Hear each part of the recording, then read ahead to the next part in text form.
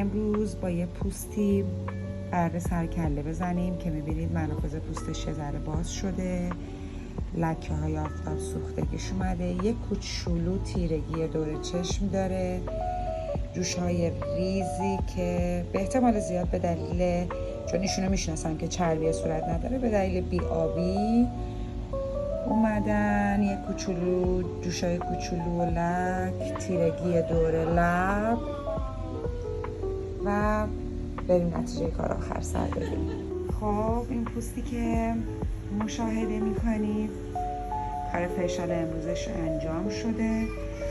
به دلیل تمام آرزه هایی که دیدیم، بیشترین حرکتی که امروز برای این پوست انجام دادیم ترمیم کردن، تقویت کردن سد دفاعی و آبرسانیش بوده.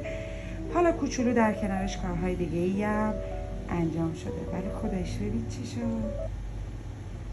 ای جانم، به این میگم پوست. کار این پوست امروز دقیقاً 1 ساعت و نه داره میشه 2 ساعت، آره 1 ساعت و 50 دقیقه طول کشید.